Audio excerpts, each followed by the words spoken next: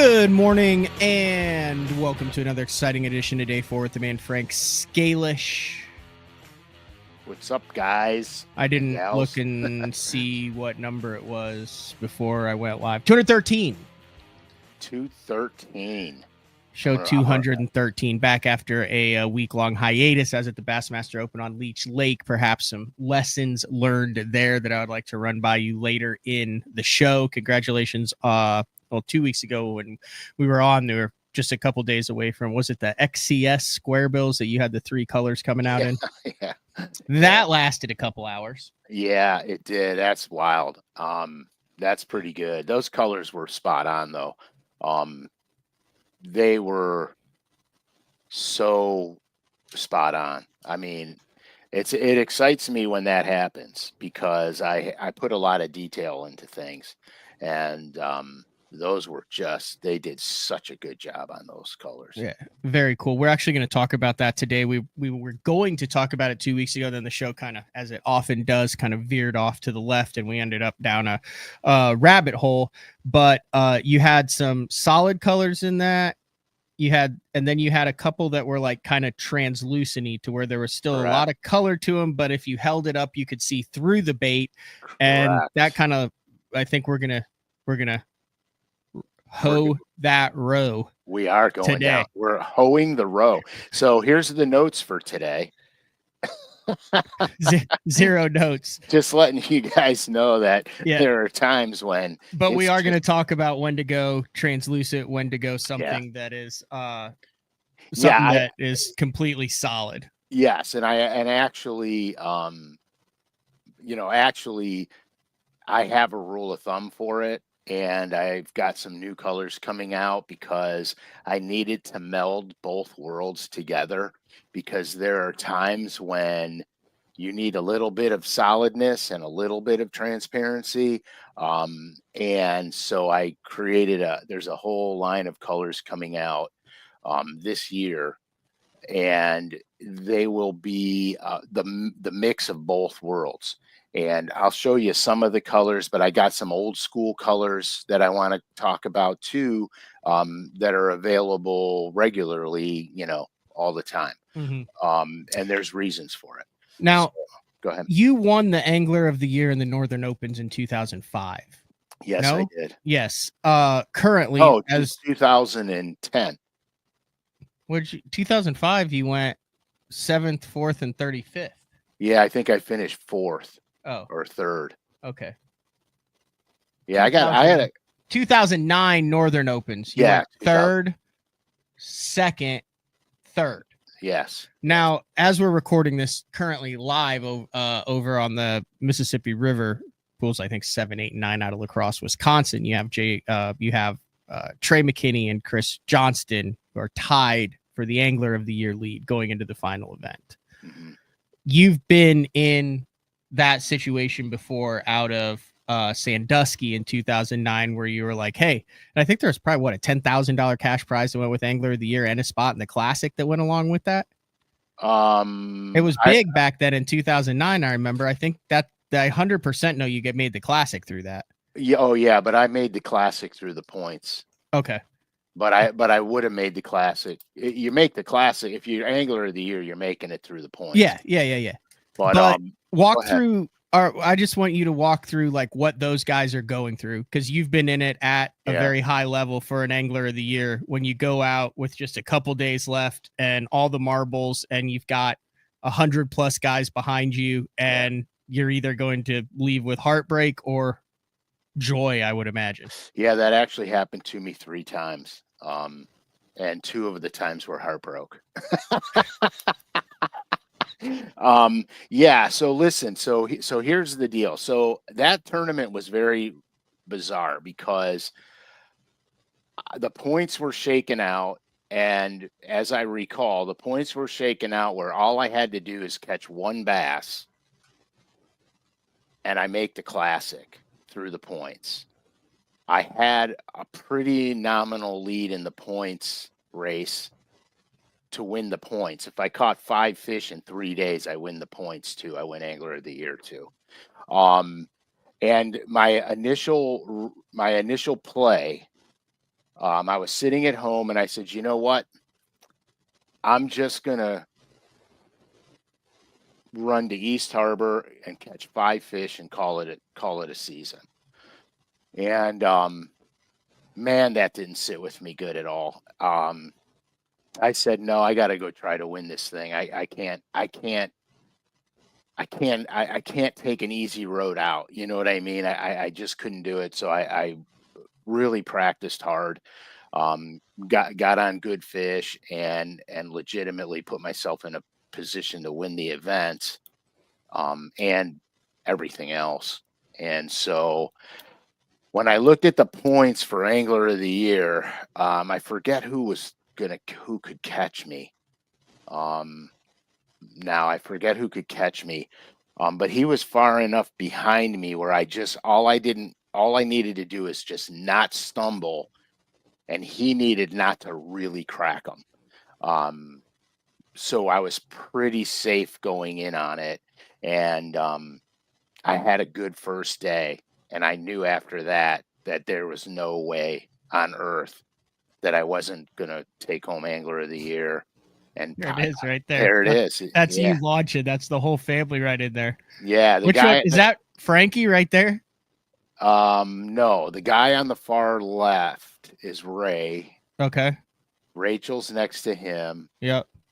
That could be Josh. I was thinking Josh because he's already kind of started to go with the hair there. Yeah, back in and Frankie's the Scalish, the big guy next to that little. That's Frankie? Yeah, that's Holy cow. Yeah, and so I had a bunch of jerseys. This is so funny.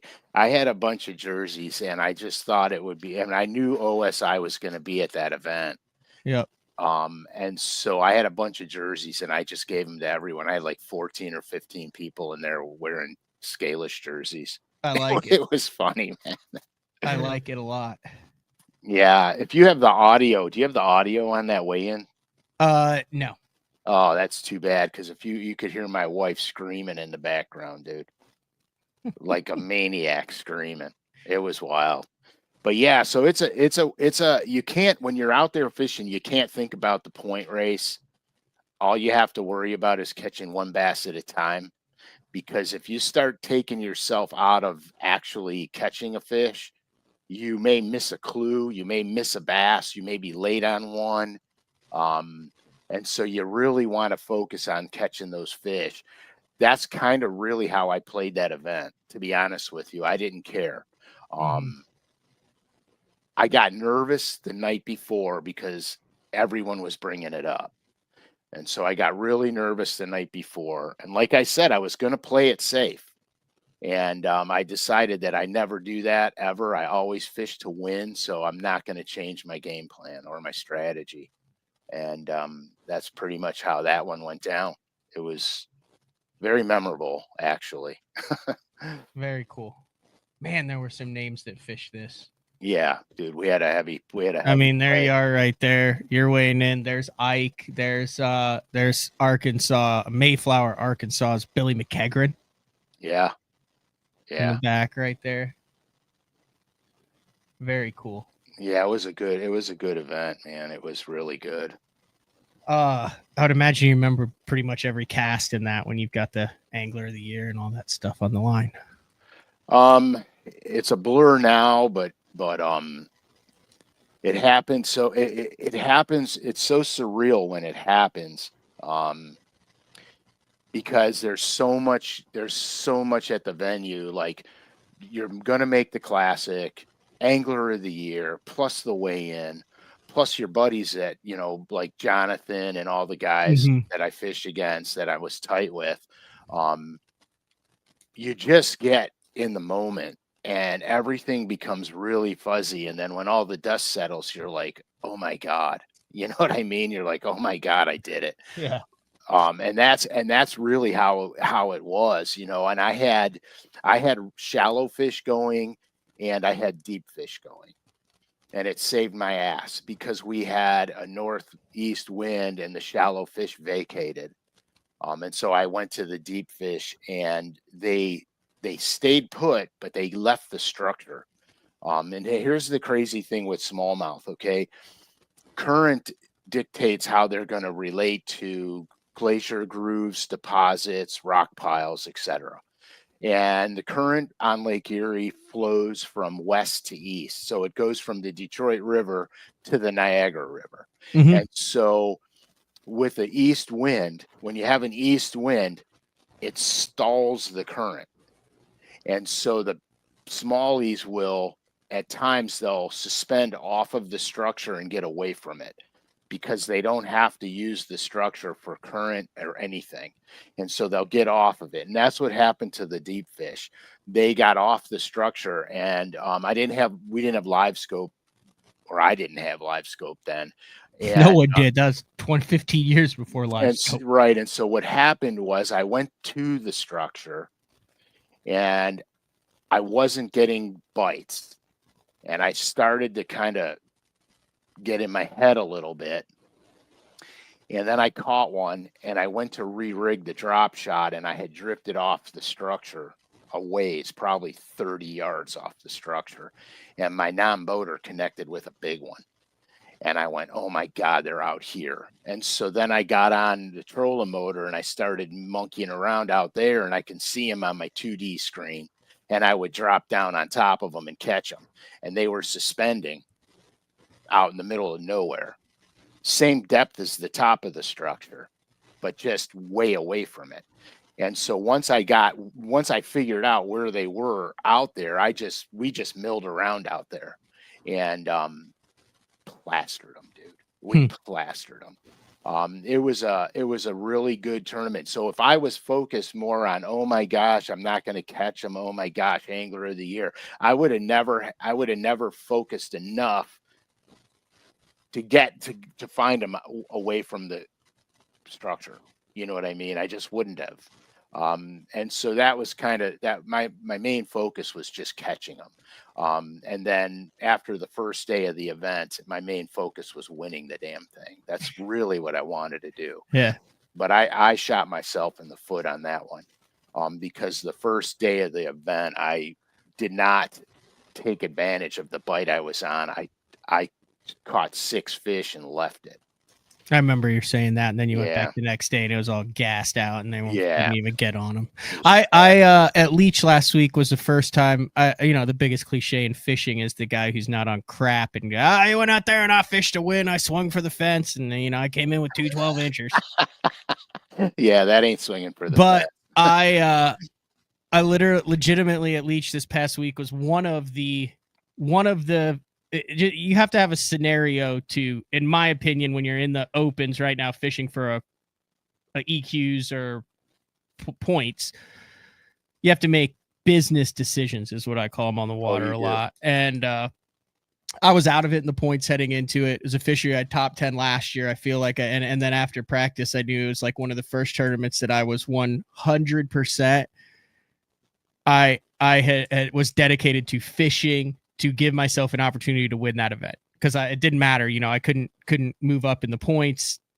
The only thing I could do was make money, win the tournament, get in the classic. It looked like everything's set up, but it's a unique feeling when everything comes together and you're doing the right thing with the possibility to win as long as you execute and things go right for you. Right. It's a badass feeling. I've had it, in the last 6 years that I fished it, I think I've had it 4 times.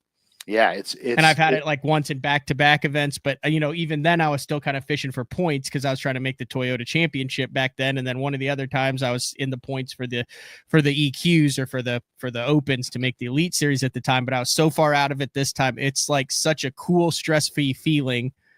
And then I got 2 bites away on that final day because it was shortened. And, I was like, man, I catch 2 4-pounders in the final 4 hours of the tournament, and I've got a 50% chance of going to the Bassmaster Classic. It was a cool feeling. It's great. It's exciting as could be. So what did you do? I mean, what was the story? It was a largemouth versus smallmouth deal. So last year when I went there, I wasted a day and a half trying to find smallmouth, which I was out of it in the points then, but to me, that wasn't my strength.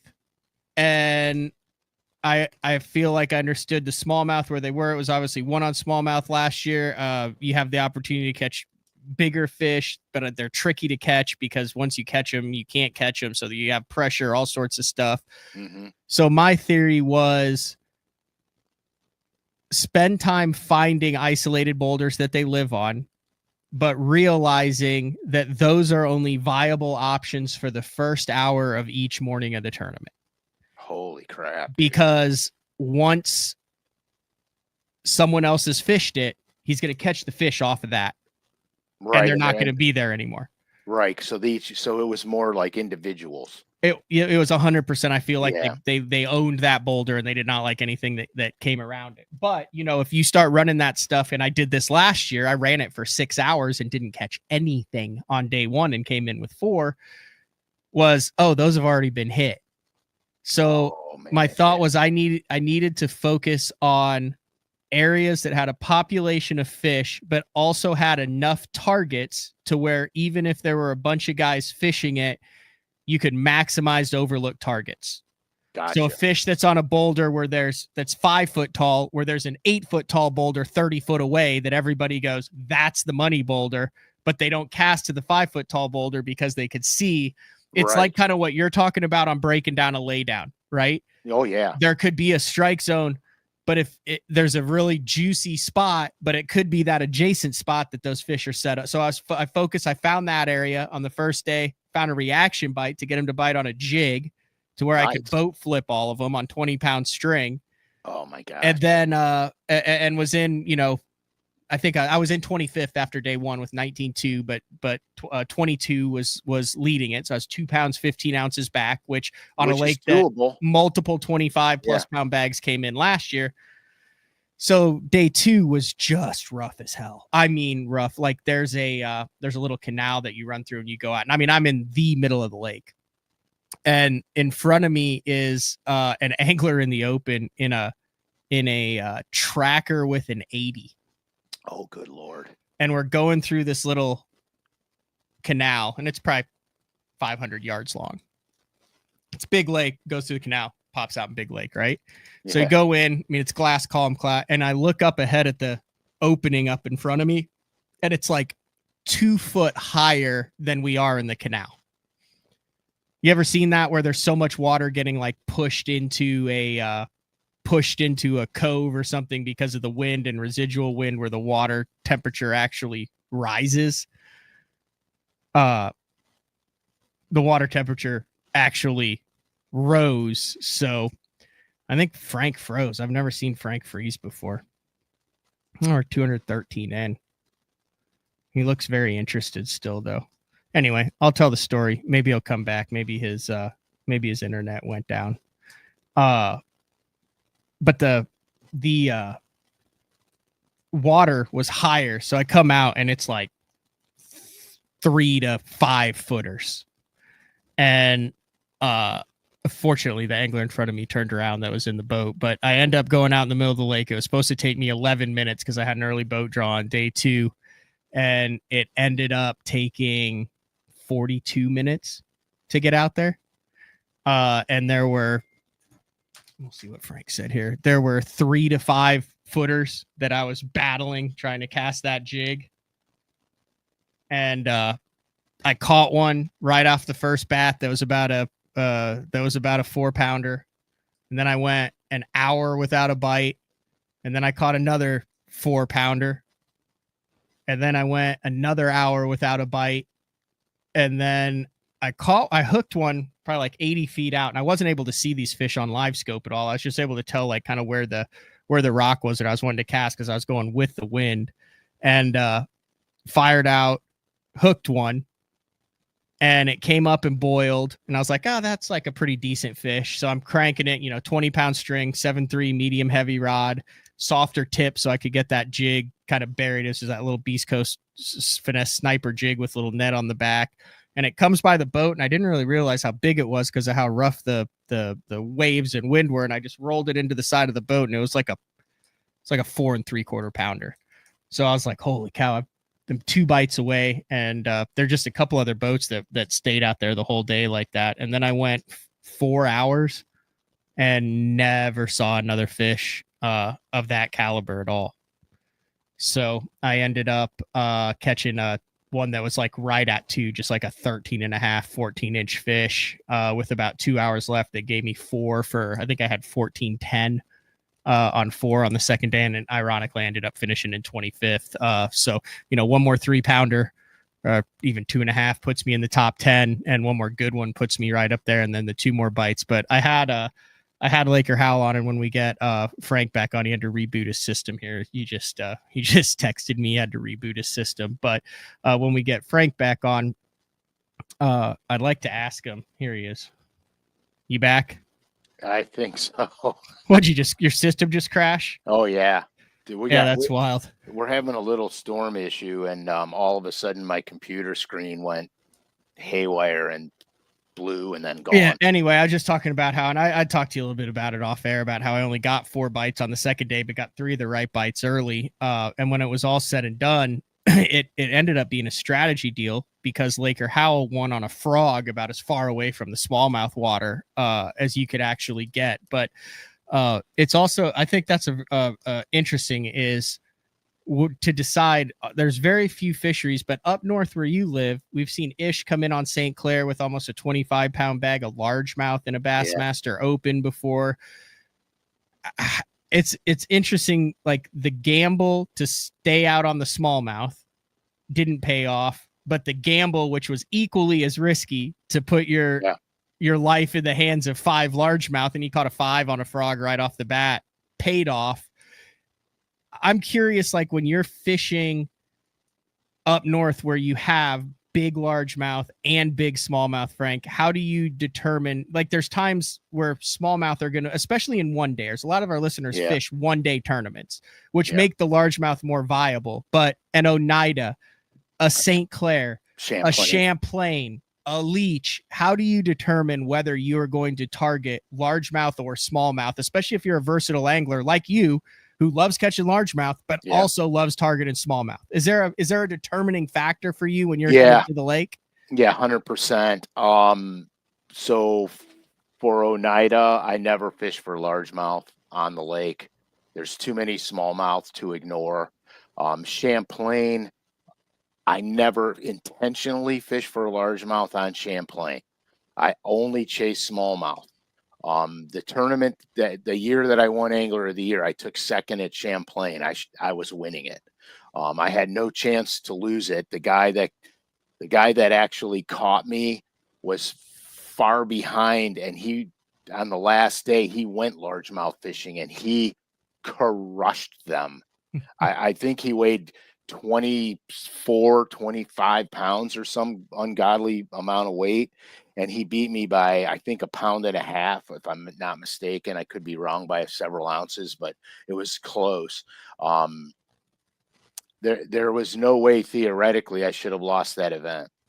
And he did really good. He was like way down in the pack, like 29th or 30th after the second day. And he kicked my ass on the last day, dude. But I was catching a mixed bag of fish because the smallmouth that I was on were flipping fish. They were in the grass, and they were 6 to 8 feet deep in the grass. So I didn't know if I was going to catch a 4-pound largemouth or a 4-pound smallmouth, when I would flip in there. So I had a mixed bag. That was the only time I've ever fished the lake with a mixed bag. All the other times have been straight smallmouth, 100%, not even bothering with the largemouth. And I think I got a 7th, 2/8, a second, and then a shit finish. Yeah, Clay's talking about the same thing. He said he's seen spotted bass win derbies on Allen Henry. That's a huge largemouth country. So it's an interesting dynamic. You could do spots and stuff like that too. Like at Cumberland is a deal like that. Table Rock, Bull Shoals, Norman. Yep. There's a bunch of those different lakes where you have to kind of make a decision or a risky decision. Spots and largemouth, or just largemouth, just spots, smallmouth, and like honestly, I don't think if I was in your position, I wouldn't have played Leech any differently. To be honest with you, because here's the thing, okay? For you to go into an area and have all 4-pound largemouth. It's not impossible by any stretch, but you need a lot of water to do it, and you need to really find the winning fish. Mm-hmm. With smallmouth, when you're fishing for smallmouth, if you're catching, let's say 315s to 410s, most of the ones you catch are going to be within that range. Mm-hmm. So it's a little more predictable weight wise. So if the lake fishery is a predominant smallmouth fishery, I'm always going after the smallmouth. And if the lake I'm on is a predominantly spotted bass fishery, I'm always going after the spots unless it's not known for big spotted bass. Then I'm going to use the spotted bass to fill a limit while I'm chasing largemouth. But for the most part, all these northern fisheries with smallmouth in them, I'm chasing the smallmouth. Mm-hmm. I don't even pay attention to the largemouth. Unless I get on something in practice, like at Champlain that one day, where I was catching them mixed. Then I was like, ooh, this could be good. And I actually had a 5'8" largemouth staked out in a little piece of cabbage grass around milfoil. And I had him in practice. I didn't hook it. I had him in practice. And I literally went back there in the tournament and I told my non-boater, I'm going to catch this fish. It's going to be 5'8". And I pitched in there and boom, got it, threw it in the boat. It was like 5'8". And he's like, holy crap, I can't believe it. And I go, yeah, I didn't hook it in practice because I that's a big fish and I need that. So I saved it. And I went and got him on the last day. And dude, I thought I had that thing won, man. I was despondent. I mean, I was happy to take second, but when that dude weighed in that bag of fish and he weighed in after me, Mm-hmm. I just went, when he picked that bag up, you know how it is, Matt, when they pick yeah. the bag up and it looks Yeah. like they're growing as he's walking to the to the scales. He picked that bag up. I went, oh, good God Almighty. And he beat me.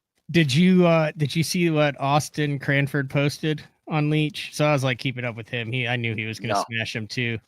I'm going to show this video. It's just on Instagram, no audio. Watch this. This is disgusting. It's like a 5-pounder. Hold it right there. Right there.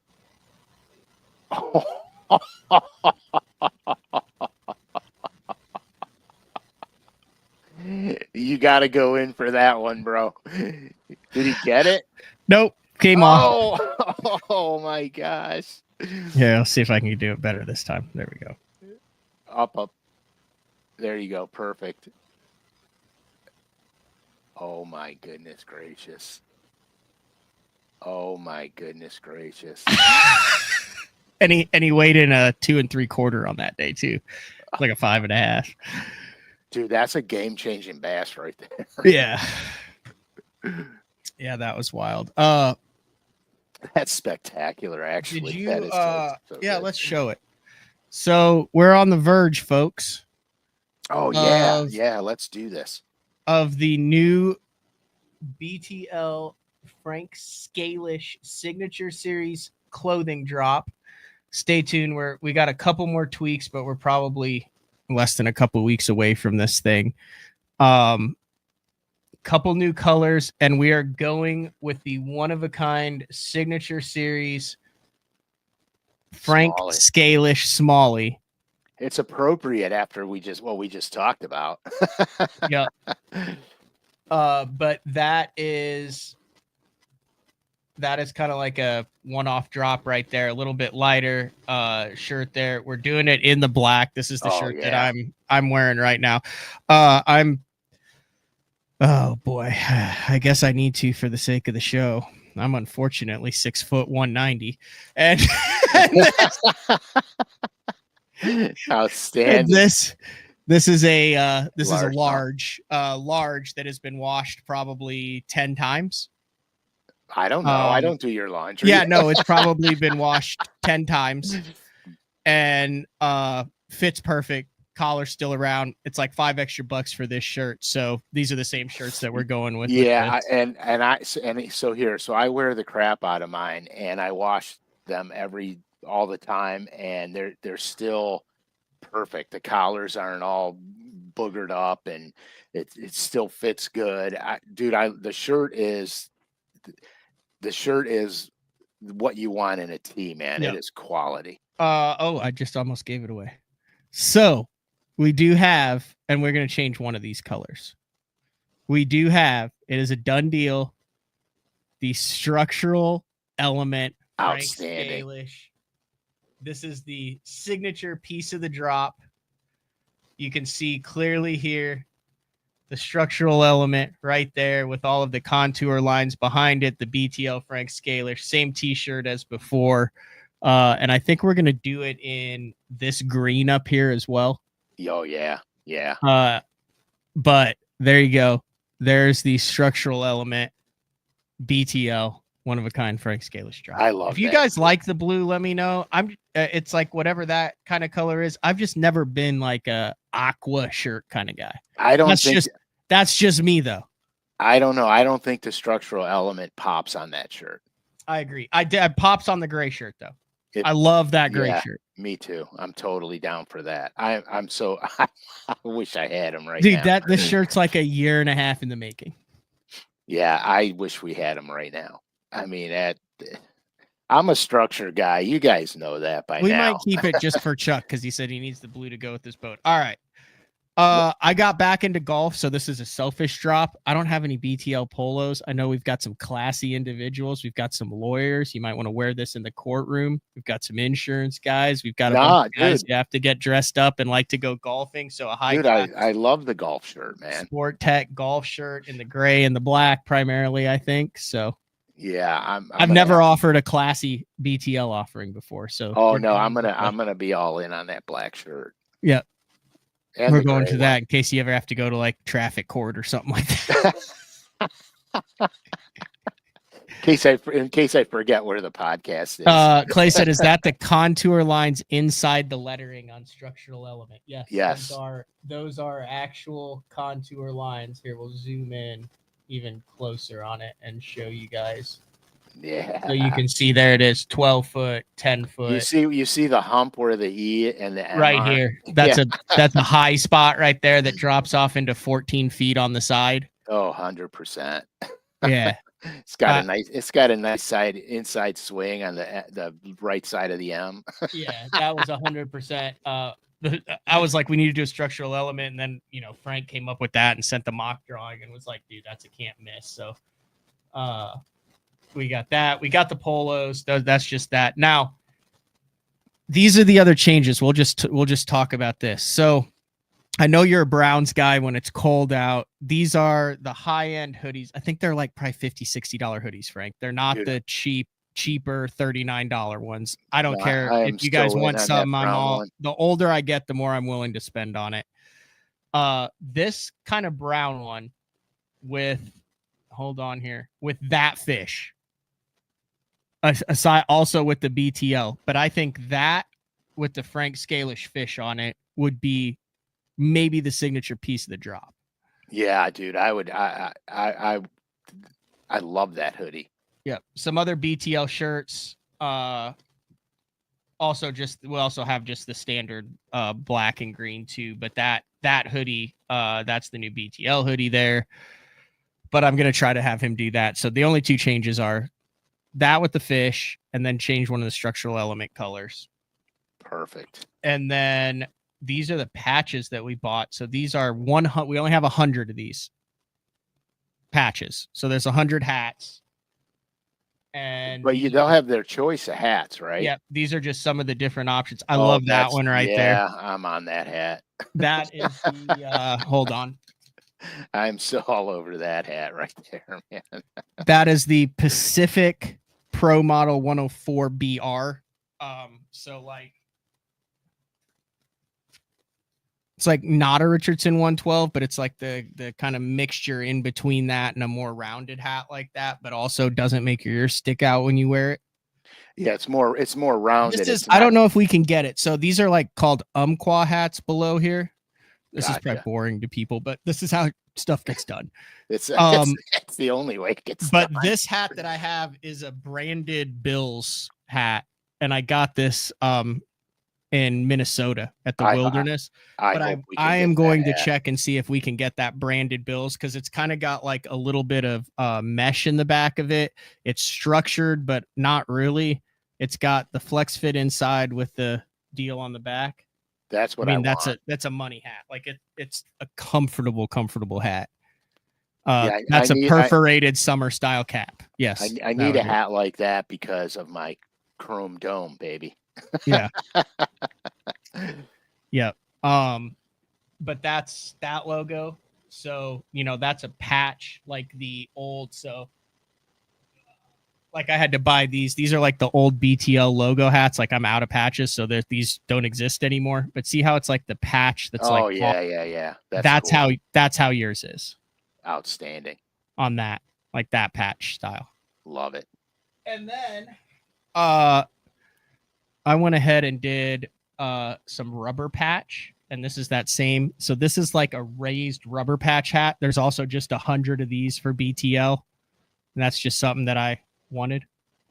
So there's the drop. They look good, man. They look good. When will we know? When will the drop be? This week we should have it 100% finalized, because I went through with Catherine from ATS Printing a couple days ago and spent about an hour with her just tweaking and working on stuff. Perfect. So I'm not kidding though. I feel like this is not just, I feel like this shirt, Frank, is not like just like, oh, buy a Frank Scalish shirt or whatever. Like to me, that looks like a merchandise line. Like that's got some legs on it. I just got to have the smallmouth. No, it looks really good. And I love that on the smallmouth, you put the little bump on the head to signify that it's over 4.5 pounds. Exactly, dude. You have to. Otherwise, it looks like a streamfish. Otherwise, it looks like a rock bass. Yeah, you got to have the bump. Speaking of which, you raised some eyebrows when you talked about the table fare of the freshwater drum. So a couple weeks ago, remember when you were talking about a drum or edible? I do. So at Leech, I texted Hank, who's the tournament director, and I said, Hank, I said, there's a line in the rules that says you cannot live well fish without tournament director's permission. So it doesn't specify what species. So I messaged him and said, hey, can I keep some walleye, keep some perch, legal, whatever to eat during practice? He said, yeah, I don't care.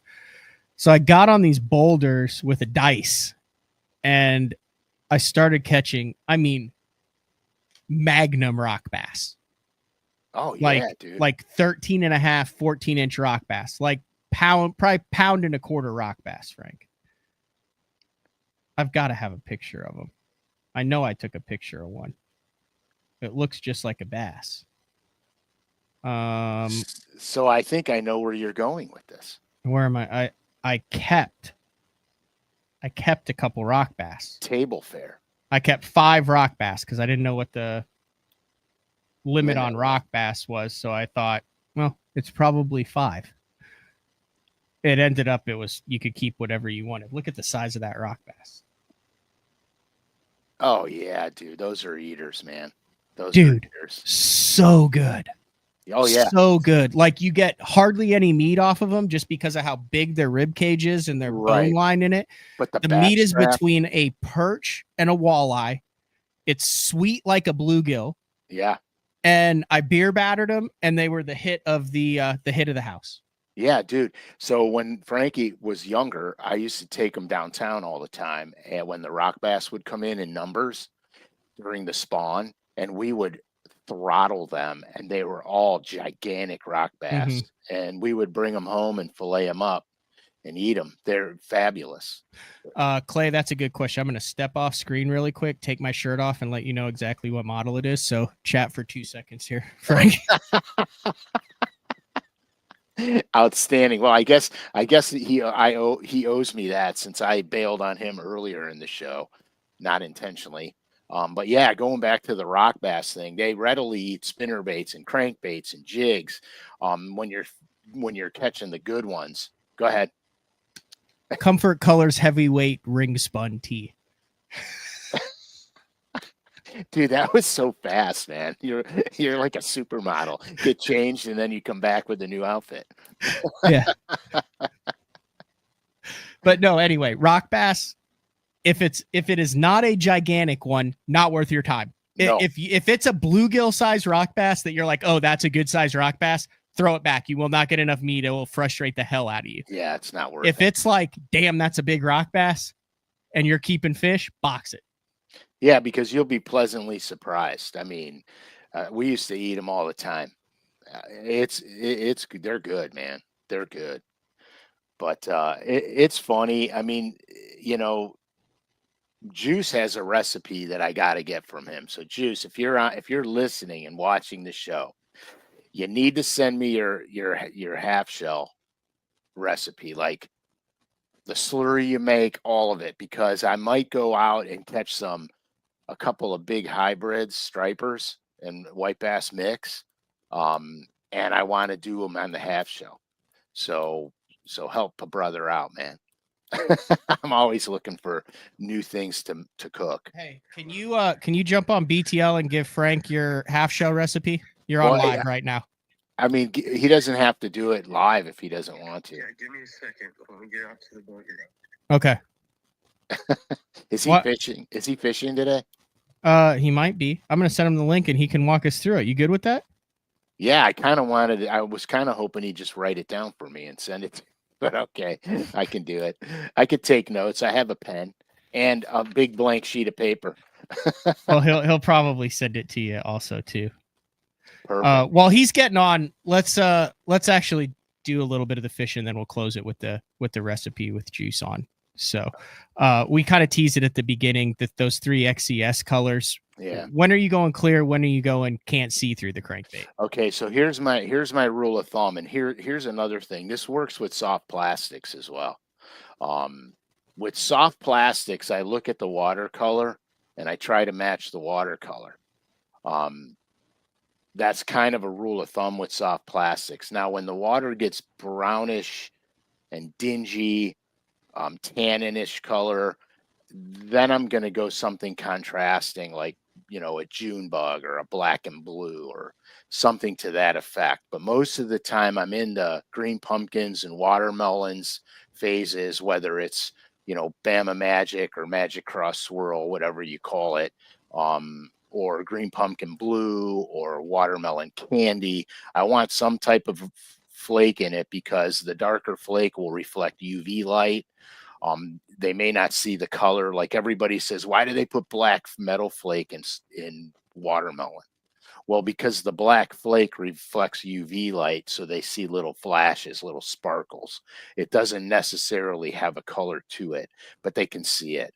But with crankbaits, if the clearer the water, the more translucent bait I use, which is not a big secret. But there are times in clear water where solid baits work also. And so here, let me show you something really kind of unique here. So this is a Norman deep little end. This is lavender shad, and it's one I fish with, so it's beat to death. But it's lavender shad. It's solid. There's no transparency to it.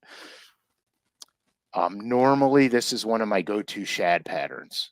On any lake I go to, this is a go-to shad pattern. But one of the lakes that I fished got really clean. And I was wishing that I had this bait transparent because they wanted this bait in this lake. But when the water got super clean, I wasn't catching them good on it.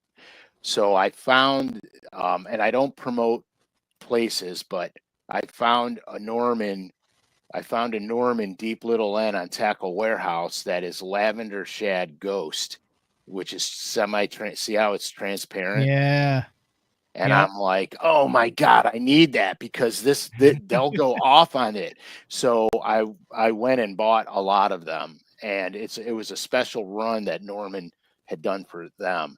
And I literally have a use for it and I needed it. So I bought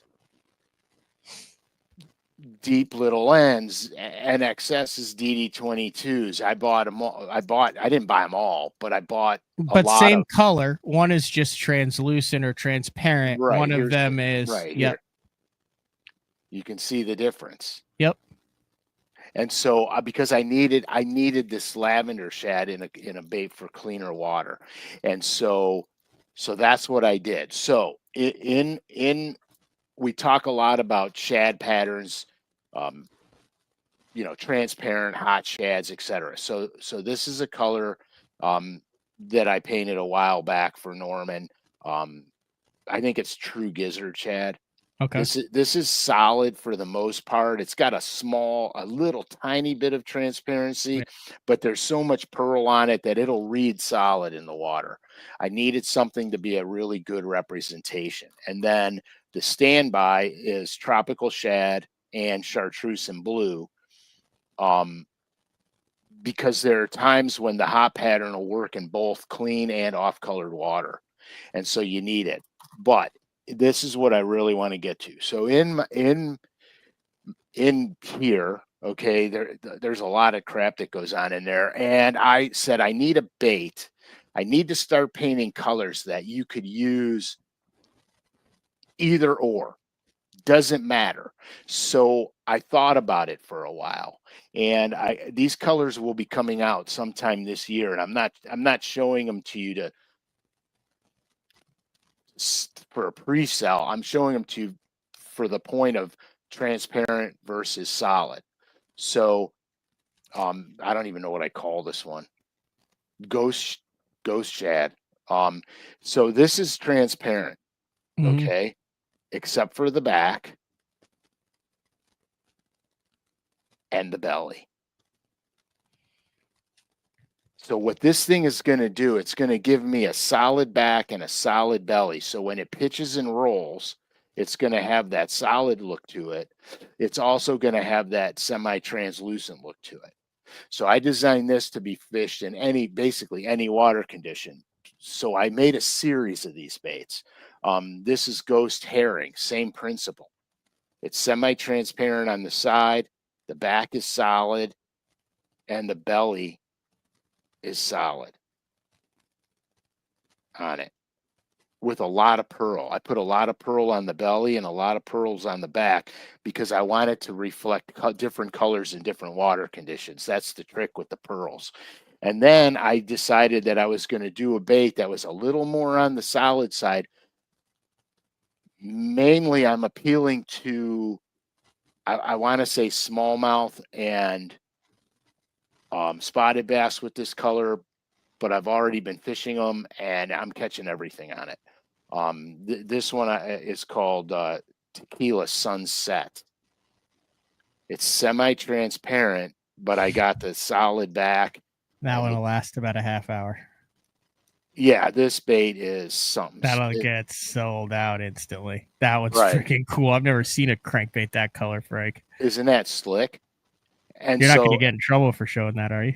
I might not. I don't know, but I'm doing it because we're talking about color, and I want the audience to understand. So that's like a bright translucent. Yeah, so you get a really it's not really fluorescent, but I did use fluorescent, but I muted it down with pearl, and so it's bright. And then I shadowed the gut bag on it. I shaded it so it really will stand out. Yeah, you're taking very bold, solid colors and making them translucent. Correct. And so when I did that one, I said, you know what I got to do? I have to make a real shad one because, you have to have something that looks like the real thing. So then I did, this one is called grayback. And so I did one with the grayback using silver scales on it. Very cool. And then pearling the crap out of that. But I did the same thing with the shadowed gut bag and stuff. And so I designed these to be fished in any water condition and any sunlight condition. There's so many different pearls in there. It's going to reflect differently in different water conditions. It's almost going to be chameleon like the color effects ones we did on the Rogues. It's almost going to be like that. But I wanted a bait. I wanted a bait that I could say, okay, I know that if I'm throwing this, it doesn't matter if I'm in a cleaner section of the lake and translate to an off-colored section of the lake. I don't have to keep diving in the box and switching stuff out. The only thing I'm going to recommend anytime you're fishing crankbaits is you have to always carry a hot shad pattern, because there are times when the bass are keying on it, and if you're not throwing it, you're missing out. And so I always have the hot shad colors. You have to. Chartreuse and blue, tropical shad, citrus shad. Always, always, always carry those in your boat with some natural solid patterns and some transparent patterns. That's how you're gonna, that's how you're gonna get that, figure out the crankbait bite. Because like there's times when I'm out there and I'm like, well, they don't seem to be hitting the crankbait. Like the other day I was out and I was throwing a new color that I made, and I was experimenting with it, and I'm like, man, they don't seem to be on it that good. And then I went to a natural perch pattern and busted their brains out. So it wasn't that they weren't on the crankbait, they weren't on that color. And so by making a small change in color got me the bites. Now you have to remember, if you're not catching them on crankbaits, they're probably not eating them. But if you catch one or two on a crankbait, then maybe you need to tweak a color. Either you got to go up the spectrum or down the spectrum to get the color that they're really charged up on. So that's my whole principle with crankbait fishing.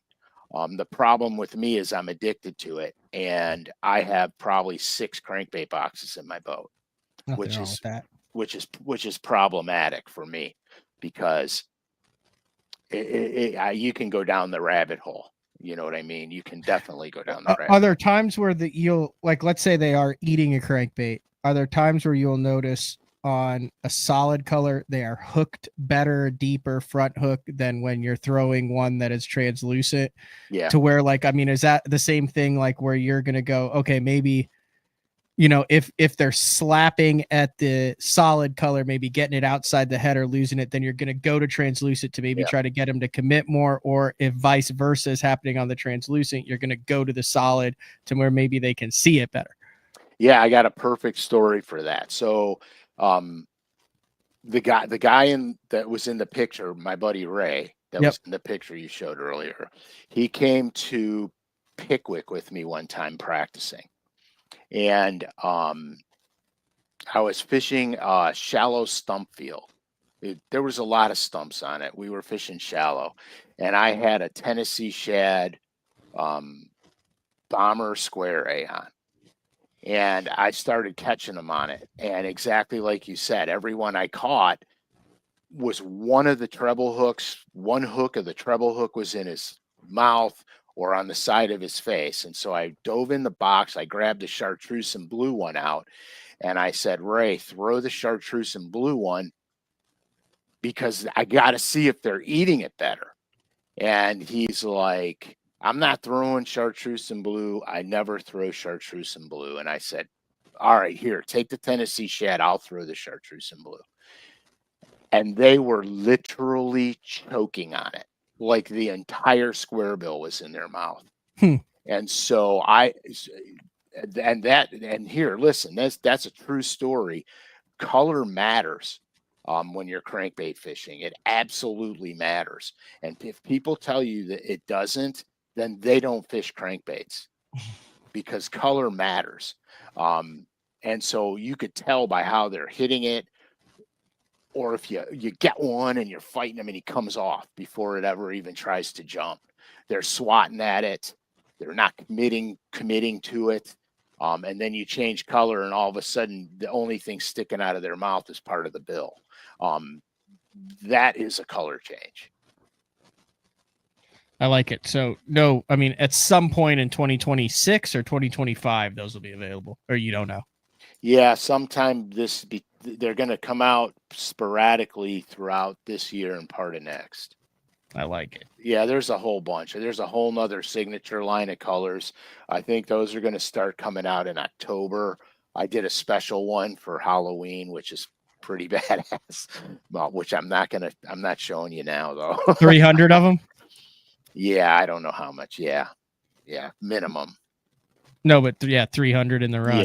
Yeah, but these ones that I just showed you, these ones will be a limited run, so they'll be available, But yeah, I mean, I like it. I got colors hanging up downstairs, dude. I'm like the mad scientist down there. But So I like fishing them. I fish them all to see, and then I start to get favorites, and I'm like, oh, man, I can't do that. I can't do that. so you want to know how to make the the half shell, the crappie on the half shell, except Right. translated over to a different species. Yeah, because I'm going to do it. I got some redfish. I'm going to do it on reds. I want to do it on some hybrids. And of course, I want to do it on the crappies. And then I'll go out and snack a couple walleyes and do it on them. I just want to see how it goes. All right, there's Juice. Man, what's up, dude? Hey, guys. Good morning. You didn't know you were going to go from master jig tire to Chef Boyardee, did you? Jared Juice's jigs, does hand-tied jigs, colorblind, which I find ironic, but does a really good job with them. And also, so, when we got into this crappie thing, we would end up, Juice is an experimenter when it comes to cooking, but has a wide array of cooking options at his disposal, and then came up with this crappie on the half shell recipe. So one of the best shows we've done, Frank, is when you were in the kitchen whipping up some fillets. So I just figured, what the hell, can you walk us through the crappie on the half shell recipe, Juice? Yeah. So the key is like anything, the crappie size does matter on this, because like you're wanting that thick. Yeah, that thick fillet. So you want a minimum of like a 12 to 13 inch crappie. A 14 incher is perfect. Yep. And like, and typically I do like, if depending on how many people you're going to cook for, you've got 2 fillets for one person, basically. That's kind of like the rule of thumb. But instead of filleting it, off the skin, I, just take my electric fillet knife, and then fillet it all the way off, leave the skin on, and then I, separate, put them in a bowl, let them soak in a little bit of, put a little salt in there. It helps get the slime off, and then I take them to the sink, and I've got like a little spray bottle that's got half water, half salt, and then I just kind of mix it up, and then I spray that, and then you just lightly take like a paper towel and just blot it. You don't have to scrub hard to get the slime off, and then. But that's important, because if you don't, it's weird if you've got the slime on the back. They turn into a rough fish after you get the slime off the back, and then you've got your cooking sheet. But yeah, that's the big key: is don't leave. You're leaving the scales on. Gotta get the slime off of the scales. I use like a shoe brush, like a stiffer shoe brush on the back of mine when I do it, like just an old, or like a stiff toothbrush or something like that to get it off. Right, but the salt, like a salt water mixture, like spraying on there, kind of helps separate it off the scales of the fish, or the backside of the fish. So, so then like once you get them, prepared that way, then I just basically lightly based with olive oil, and I make, what I do is I make a Cajun smoked Parmesan crusted crappie. So, so I use, like, my go-to, like, all around seasoning as a base is garlic pepper, not garlic salt, garlic pepper. A new seasoning that I've been using, in lieu of Tony Chachere's, is the Cajun two-step steel cracker. I bought big supporter of the Cajun, the money baby. Dude. That's money, dude. Yeah, that's money. It's really good. That's what I used the last time, and it turned out great. And you just don't want to over season it. That's kind of critical. But Then after that, I get my smoker. I use a Rectech pellet smoker. Um, and that's the cool thing about the skin on, it creates as a barrier because crappies like, so Delicate. yeah, like, and it helps, like, allows you to smoke, and that skin uses as a barrier, for the heat. So I set my smoker at like, depending on the time I have, that's, the more smoky flavor, the better for to me. So it at a minimum at like 250. And if you're wanting a quicker cook, 275 max. But 250 is kind of the sweet spot for probably about 45 minutes. And then while that's smoking, I make this mixture.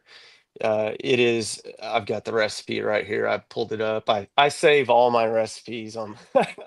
You gotta say, dude, you gotta send me that. I will. I Okay. will. It's kind of similar to that smoked crappie dip. It's just a little bit. It's not as much ingredients, so it's pretty simple. So I take a half a cup of mayo, um, a half a cup of Greek yogurt, and then I take like a quarter block of cream cheese, and then like I kind of heat it up a little bit in the microwave. I just cut it, throw it in a bowl. That way it's easier to mix in with the rest of the ingredients. Then, I usually use about 4 or 5 green onions, and I dice them, the chives and all, and put that in a bowl with the Greek yogurt and the mayo. And then I kind of add the same seasonings uh, that I used on the fish into the mixture of the the kind of the Parmesan crust essentially. So I use, depending on how much you're making, you just kind of figure out like, Mhm. You're not scaling them. The back of it is just like they came out of the water. It's just the slime coats off because a couple people were saying you scale them, right? No, scales are still on. That's the half yeah, shell part. yeah, that's the half shell part. Um, but like once you get you're smoking it and then you're mixing up and then I use a little bit of Parmesan or not Parmesan, mozzarella. So, um, in the mixture, and then it's just green onions, shredded Parmesan, not grated. Um, then you mix it up, whip it up, and then once you get a good consistency, if you have to add a little bit more mayo, if it's too thick, you know what I mean? It's kind of like I just do it because I never, yeah, Oh man. Yeah. that's I'm not the half shell one, But it's but the same recipe minus the half shell. Do you have any yeah, half shell pictures? I couldn't find any. We've got all I'm, these pictures, and all it is just steak, jigs, and bass. I'm on. I do have some on the half shell, but I don't like. I'm on my phone right now on StreamYard, Yeah, I so I got you. can't do it. Um, but then like about 20 minutes to go in that 45-minute smoke, I take the Parmesan, the shredded parm, that mixture, and then I go add it to the tops of that crappie as it's finishing cook, like it's finishing, and then I let it smoke for 20 minutes just to get a smoky flavor into that cheese mixture. And then, like make sure the crappie's not all the way like there it is. Yeah, that's nice. on that's over better rice. Um, but once that, you've got a good smoke and you don't want to overcook crappie, it Nope. gets that's key. So like, I just kind of babysit it on the smoker, make sure that it's not getting overcooked. And then, at the end of that 30 to 45 minutes or whatever it's been on the smoker, then I pull it and I throw it in the oven on low broil for about 2.5 minutes, just till I get a golden that basically that cheese mixture, just kind of browns up a little bit on top and gives you that crusted texture. So, and it's out of this world.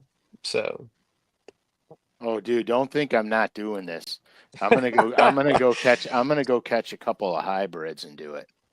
oh yeah, that 100% would be delicious. I've Oh I've yeah. done it on striper. Um, Yeah, where that's I've done it on Striper too. It's phenomenal. Yeah. Yeah, I am. So because when we talked the other day and you were telling me about this, I was losing my mind. I'm like, you know what? I have got to, because I eat a lot of fish. I do a lot. And yeah, just to always eat fried fish is just not, it's just, it gets It's not It's old. healthy. tiring. Yeah. It's Yeah. not healthy either. No, it's not. It gets old after a while. And Right. so like we started grilling and doing all kinds of stuff to the salmon and There it is. So that's a steak, and that is crappie on the half shell right there. got it.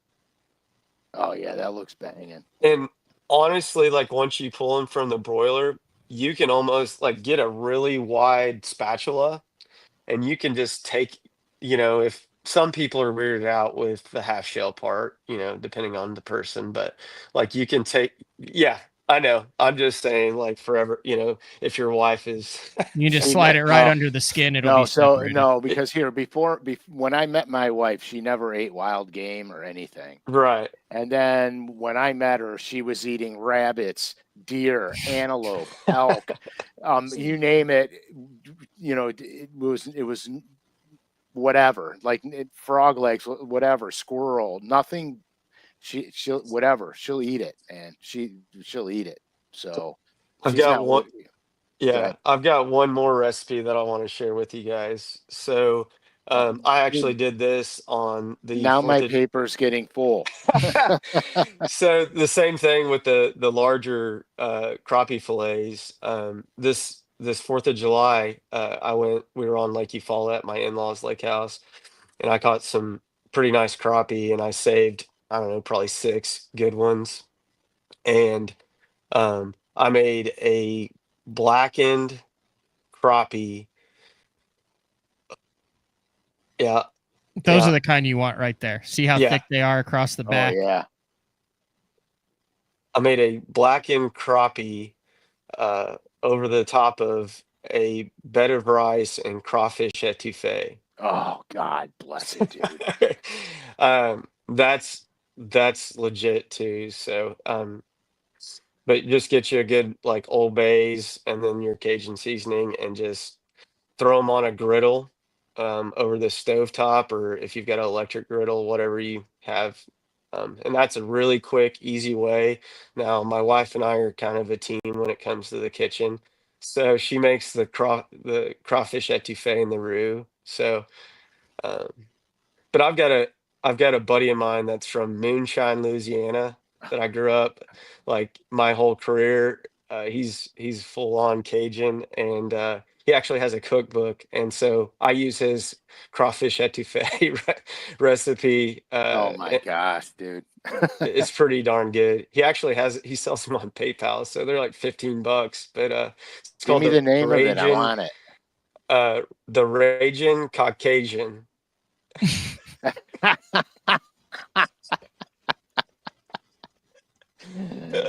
Oh His name God, I is love it. Smitty Morvant, Keith Morvant. He's an awesome guy. So All right, I'm gonna have to get a hold of that. yeah, There you go. I give him all the credit for learning how to cook, like almost like I'm from Louisiana sometimes. Did you do the crappie nachos, or was that with? Yeah, that's Yeah, yeah. we do the crappie fish tacos a lot. I got a new crappie recipe where I'm using the irony is I you know how it is when you fry a fish, it's crispy for just a Mhm. minute and then it starts to soften up. And I was watching the cooking channel, which is what I do almost every night of my life, and that and sports. Um, Me too.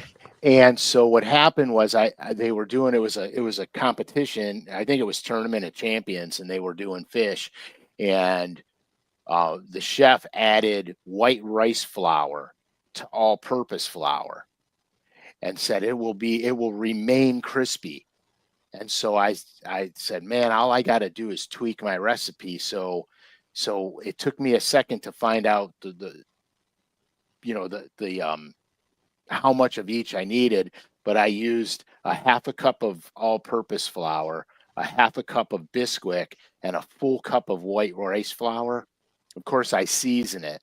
I season the flour, and then, oh my God, dude, they are golden brown. They are super crispy, and it stays crispy. I'm And gonna have to try that. oh, dude, it's remarkable. And so what I did was when we did fish tacos with them, I sliced the fish in strips and did it that way. And so when you put them in the taco, dude, everything is crunchy. You got the crunch factor and everything, and it's not greasy. You know how it is when you fry the fish and you put them on the screen and the paper towels underneath, and the paper towel's all oily. When you do this, you put them on the screen and the paper towel barely has a drop of oil on it. Oh, that's awesome. So what it does is it seals it and it doesn't absorb any of the oil.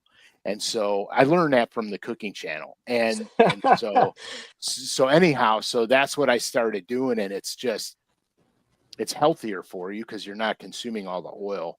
And Right. you know what I mean? So oh man, it's just banging. I'll While send we're- you. Yeah, I'll go send ahead. you also, Frank. My I've got a kind of like a sweet heat coleslaw to go with your fish tacos. Oh yeah, dude, I need that. Yeah, it's pretty darn good. It's not like traditional. I don't even like regular coleslaw, and I will eat. I just made some for the Lucky Lure Mafia fish fry, like last weekend. So yeah, it's like a sweet heat, and you can dial in your heat factor too with it. But I'll email you that too. So Yeah, sweet. I would dude. be remiss if I did not mention my boy Ryan Pincala from the Crappie Chronicles. Now these are all it's based on crappie that he catch through ice fishing, but he did this book. Oh, Good nice. ass dude. It's called The Frozen Kitchen. It's available on Amazon, and you know Bart from the Crappie Chronicles and Work with St. Jude with him and all that. He's Pincala's on it, but oh, there they are right there for the Crappie Chronicles. But like crappie rangoon, jalapeno fish poppers, cast iron fish pizza, crappie corn dogs, smoked fish dip, spicy crappie skewers. So for crying out if loud. y'all are looking for some other additions to it, now I do not see, like I said, Juices is unique because I don't think anybody fillets a crappie and goes, you know what, sounds awesome, keeping the skin and slime on. No, But like you said, once he cleans it off, it literally adds like that redfish striper element to it, that saltwater element to it. That the key is just make sure you just take a real sharp knife and scoop that rib cage out afterwards. Yeah. Do a really good job, scoop the rib cage out, and then just V cut while it's still in the skin. V cut that line of pin bones out of it, and the whole thing is then completely boneless. Yeah, I am so absolutely doing that. And I'm doing, dude. So I got redfish. I'm going to do it with the reds. I'm going to go catch walleyes. I'm going to do it with the walleyes, and then I'm going to go catch a couple of hybrids, and I'm going to do it with them because I want to see how the different fish taste with it. You know what I mean? Yep. No, it's good. And this book, one of them is inspired by me, which I learned from my buddy Jared Miller, who used to fish on the Elite Series. He does, and I do crappie casserole, and Pincala kind of altered it to Buffalo Ranch fish casserole. But dude, it is amazing when you put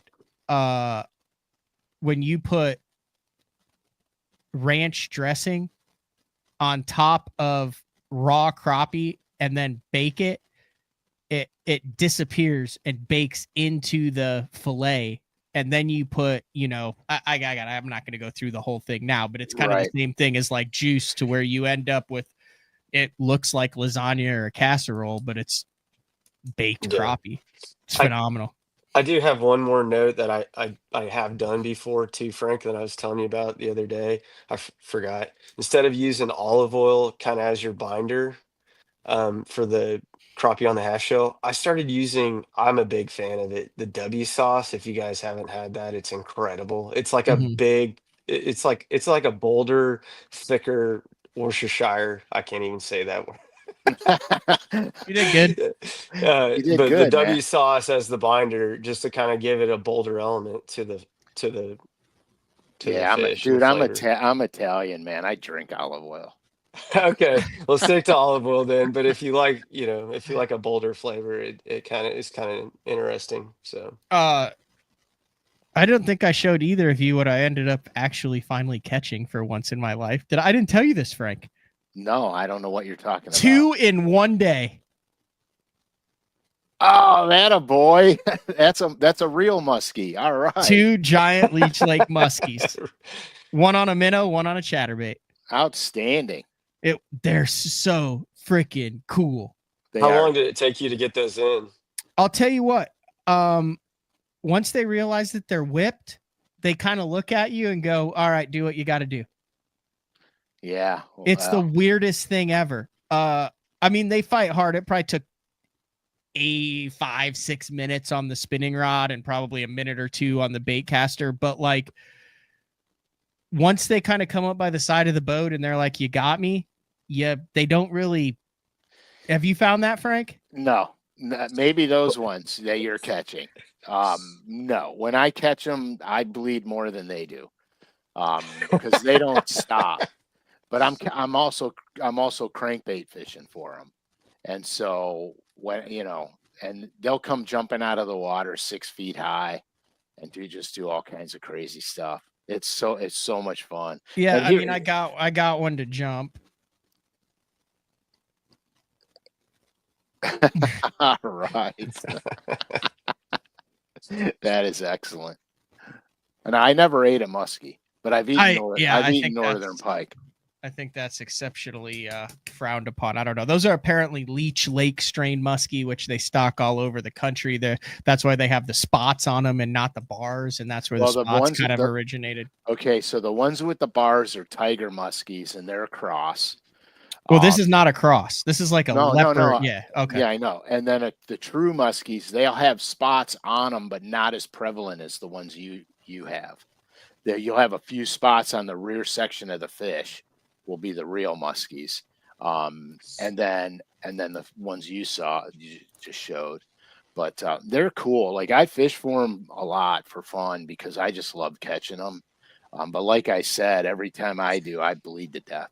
Yeah, I mean, they're very spotty. Yeah, that's nice, man. That's cool. Very cool. Never caught one. I have never caught a pike until this year at the St. Jude, and I have a. Dude, come down here, and I will get you muskies. And all we're gonna do is throw little crankbaits and bass tackle for them, and you'll lose your mind. I mean, it's a ball. I'm in. Yeah. All right, Juice, I greatly appreciate it. Yeah, I'll man. give you a shout after this. I think I might be going fishing. So, Okay.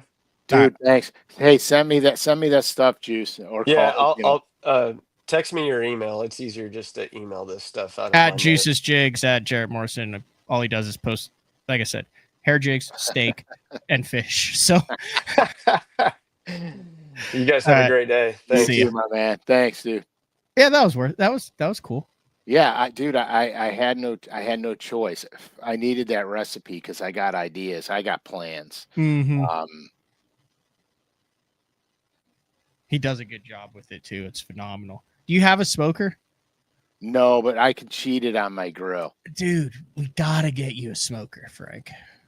I could cheat it on my grill. I know, but you only get one crack at this life, and to live it as many years as you have without a quality smoker is a crime against humanity.